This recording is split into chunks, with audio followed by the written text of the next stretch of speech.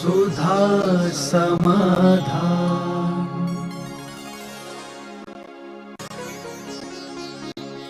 नमोस्तु गुरुदेव। एकत्व विकत्व क्या है? एकत्व भक्त करता कहलाता है मैं हूँ, दुनिया मेरे से भिन्न है। अपने आप की सत्ता को स्वीकार करते हुए पर की सत्ता को से संबंध छोड़ देना, यही एकत्व विभक्त कहलाता है। अस्थि और नास्ति, स्व चतुष्टय की अपेक्षा मैं हूँ बस, पर चतुष्टय की अपेक्षा मैं नहीं हूँ, ऐसा जो ज्ञान आ जाता है वो उसे भेद विज्ञान भी कहते हैं, एकत्व विभक्ति भी कहते हैं। विभक्त रख दिया था, अकेला काफी था, दो को अलग कर देना नहीं। दोनों को अलग कर देना बहुत बड़ा द्वेष है, बहुत बड़ा मिथ्यात है, बहुत अशुभ है। विभक्त शब्द अकेला नहीं दिया। विभक्त का अर्थ होता है विभाजन कर देना, अलग अलग कर देना। एकत्व विभक्त, अपने को स्वीकार करते हुए दूसरे को अलग कर देना, इसका नाम है एकत्व विभक्त। मैंने सोचा एकत्व और विभक्त शब्द क्यों दिया, अकेला विभक्त शब्द दे देते, अलग अलग कर दो। नहीं, ये तो बहुत बहुत बड़ा द्वेष हो जाता है। एकत्व अकेला दे देते, नहीं। एकत्व का अर्थ ये भी होता है कि सबको अपने में मिला दो, सब मैं ही हूं, एको ब्रह्मा द्वितीयो नास्ति, सब मैं ही हूं, जगत मैं ही हूं, मैं ही सब कुछ हूं, ऐसा निर्णय हो सकता था यदि एकत्व शब्द की व्याख्या करते तो। और विभक्त शब्द दे देते तो अपनी सत्ता तो भूल जाता, सबको अलग अलग कर देता। लेकिन उनका एकत्व विभक्त, अपने को स्वीकार करते हुए अन्य को अलग कर देने का नाम एकत्व विभक्त है। नमोस्तु गुरुदेव। चरम और उत्तम शरीर में क्या अंतर है? चरम का अर्थ होता है उसी भाव में मोक्ष जाना। वो अकाल में भी जा सकता है, अवसर से भी जा सकता है, लेकिन उसी भाव में मोक्ष जाएगा। जैसे सर्वार सिद्धि से आए हुए जीव चरम शरीरी ही होते हैं, लेकिन उत्तम नहीं होते। उत्तम का अर्थ होता है जिनके शरीर का छेदन, भेदन, अकाल मरण आदि नहीं होता है और उसी भाव में वो मोक्ष प्राप्त करते हैं, उनको चरमोत्तम बोलते हैं।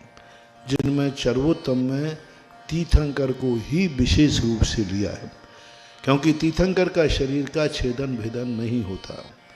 63 साल का पुरुष नहीं, मात्र तीर्थंकर ही अनपवर्त आयु वाले होते हैं।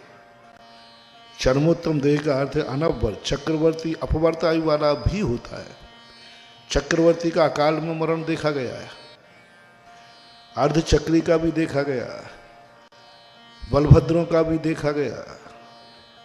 इनके सबके अकाल मरण देखे गए, अनपवर्त आयु वाले नहीं हैं। लेकिन तीर्थंकर अनपवर्त आयु वाले होते हैं। उनके शरीर का ना तो वो अग्नि में जलता है, न पानी से गलता है, न शस्त्र से छेदन भेदन होता है। इसलिए 10 अतिशयों में समचतुर संस्थान को रखा। मैंने सोचा समचतुर संस्थान तो सभी मोक्षगामी जीवों का होता है, इसमें अतिशय रखने की क्या जरूरत थी? अतिशयों में समचतुर संस्थान क्यों रखा?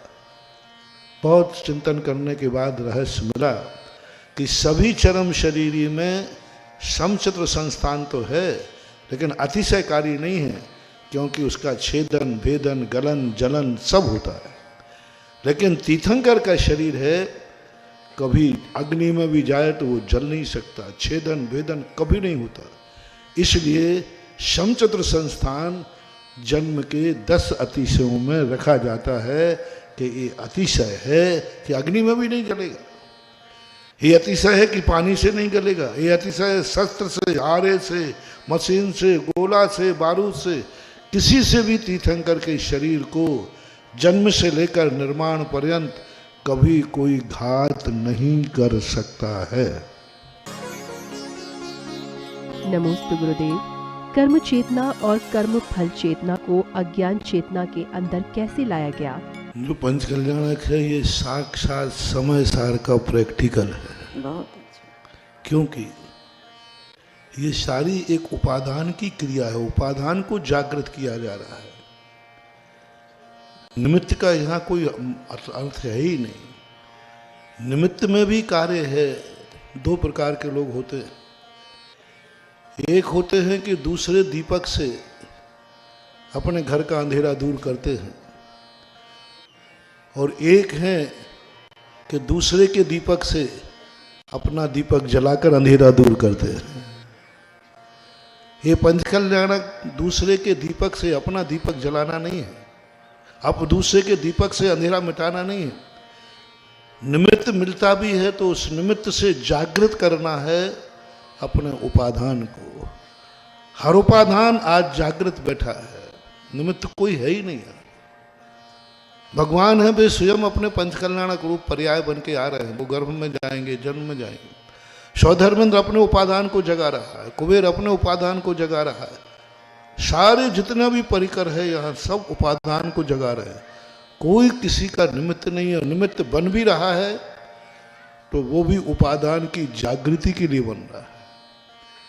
इसलिए हमेशा एक जैन दर्शन का एक बहुत बड़ा सूत्र है, लोग कहते हैं कि ये तो पर की क्रिया है। पर में क्रिया कर ही नहीं सकता, दुक्रियावादी हो जाएगा। पूज्यवर कुंद स्वामी ने कहा दुक्रियावादी। मैं अपने आप का भी करता हूं और पर का करता हूं तो दुक्रियावादी हो जाऊंगा।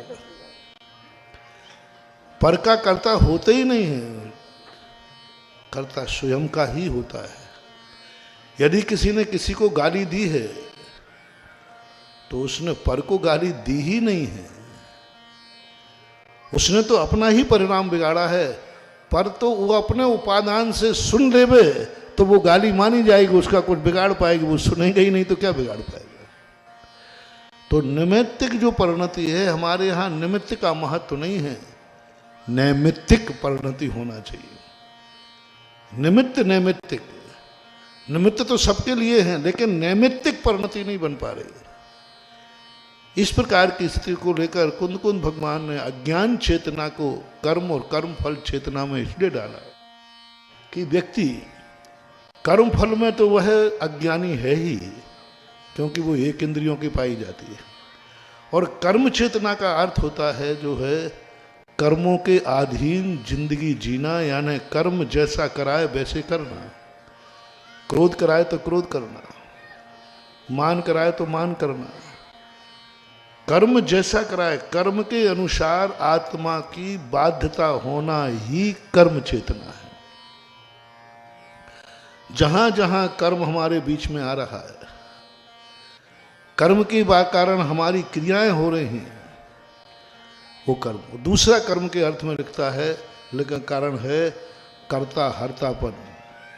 मैं कुछ कर सकूंगा, मैं कुछ नहीं कर सकूंगा, ऐसी जो परिणति होती है उपादान दृष्टि से, वो कर्म चेतना कहलाती है। कर्म में चेतना ने पुरुषार्थ में चेतना। वो चाहता है कि मैं ऐसा कर लूंगा तो ऐसा हो जाएगा, मैं ऐसा करूंगा तो ऐसा हो जाएगा। ये जो अनुभूति में आ रहा है वो सब कर्म चेतना है। और ज्ञान चेतना की शुरुआत होती है, वो मैं ऐसा कर लूंगा तो ऐसा हो जाएगा, नहीं, मैं ऐसा करूंगा तो मेरा ऐसी परिणति, अपने स्वयं उपादान की अनुभूति होना, अपने आत्मा की पर्याय की अनुभूति होना। किसी ने गाली दी, कर्म चेतना, मैं कैसे बचूं इससे, सामने दुश्मन आ रहा है, सामने दुश्मन आ रहा है। बचने का उपाय कर्म चेतना। इसलिए वो अज्ञानी है, बचने का उपाय सोच रहा है।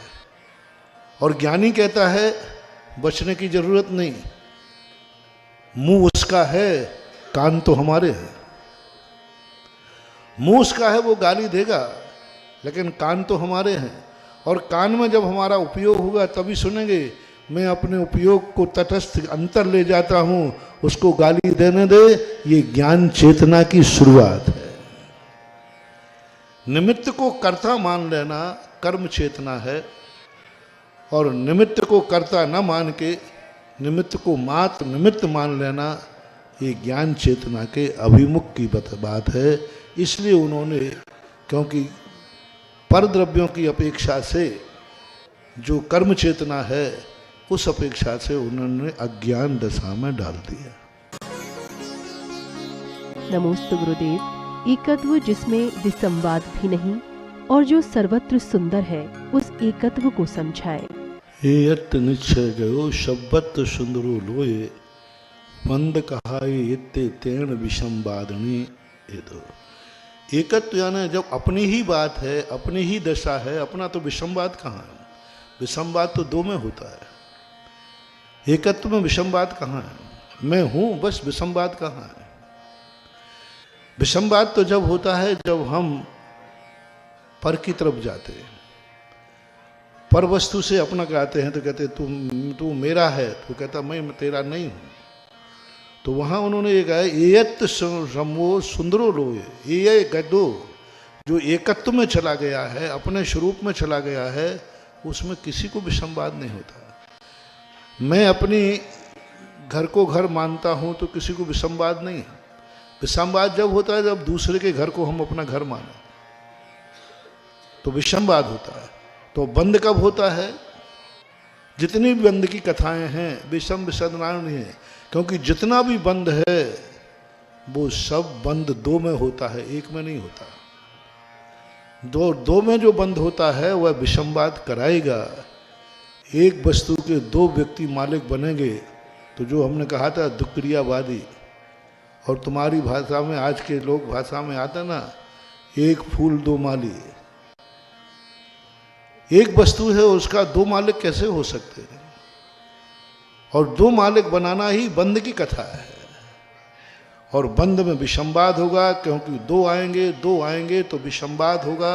और एक ही मालिक है और एक ही स्वरूप है, ये है, तो वहाँ विषमवाद नहीं है। सब्बत सुंदरो लोये, वो एक समय भी सर्व सुंदर और श्रेष्ठ है, ऐसा उनकी कथन है। उन्होंने तो जितने भी बंद की कथाएं हैं, बंद की कथा का अर्थ बंद का प्रत्यय, जितने भी बंद के प्रत्यय हैं वे सब बंद विषमवाद के कारण हैं। मिथ्यात विषमवाद का कारण, कसाय, प्रमाद, अविरति, ये सब विषमवाद के कारण होते हैं, ऐसा माना है। नमोस्तु गुरुदेव। जो बात कभी भी आंखों से ना देखी गई हो और ना कानों से कभी सुनी गई हो, उस बात को सत्य मान लेना, क्या ये महादोष नहीं है क्या? एक भ्रम होता है, और भ्रम न देखा हुआ होता है न सुना हुआ होता है, बस वो तो किंवदंती होता है। तुमने कहा ऐसा कहाँ से आया? बोले उसने कहा था। एक व्यक्ति था, पूरे नगर ने सिर का मुंडन करा लिया। क्यों करा लिया? उसकी कहानी है, एक कुमार का एक गधा था और वो गधा मर गया, वही उसकी आजीविका थी। तो उसने उसके दुख में सिर मुड़ा लिया। लोगों ने, भैया तुमने क्यों मुड़ा लिया? बोले भैया बैसाखानंद मर गया। गधे का दूसरा नाम है बैसाखानंद, जो बैसाख में ही आनंद मनाता है, सावन में नहीं। उसका नाम बैसाखानंद है। लोगों ने कहा बैसाखानंद मर गया। तो बैसाखानंद मर गया तो नंद सब तो साधु के साथ लगता है। दूसरे ने मुड़ा लिया। तीसरे ने पूछा भाई क्या बात है? बोले बैसाखानंद जी मर गए। जी लग गया और लगते लगते बड़ा फिर उपाधियां लग गई, वो मर गया। पूरे नगर ने मुंडन करा लिया। पूछा भाई किसने कहा था? बोले उसने कहा था। बोले उसने कहा था, उसने कहा था, उसने कहा था, उसने कहा था। अंत में कुमार के पास पूछे भैया क्या बात है? बोले गधा मर गया था। अब ये कहा, अब इसको क्या मानोगे? गधा मर गया कि बैसाखानंद जी मर गए? लेकिन दुनिया में क्या उड़ गया? बैसाखानंद जी मर गए। बस ऐसे ही भ्रम होते हैं, विभ्रम होते हैं। और उन भ्रमों की कोई ना जड़ होती है ना सिर पैर होता है। और भ्रम उन्मत्त लोगों को होता है। कोई शराब के नशे में उन्मत्त होता है, कोई कसाई के नशों में उन्मत्त होता है, कोई हुकूमत के नशों में उन्मत्त होता है। कोई कहता है कि ध्यान रखना मेरे पास इतना धन है कि तुम्हें बर्बाद कर दूंगा। कोई कहता है ध्यान रखना मेरी बहुत बड़ी हुकूमत है। हाँ, कोई जो षड्यंत्रकारी होता है ना वो कहता है ध्यान रखना मैं तुम्हें ऐसा फंसाऊंगा कि निकल ही नहीं पाओगे। कोई कहता है कि हमारी बहुत चलती है, डायरेक्ट मुख्यमंत्री डायरेक्ट राष्ट्रपति से मेरी पहुंच है, हुकूमत।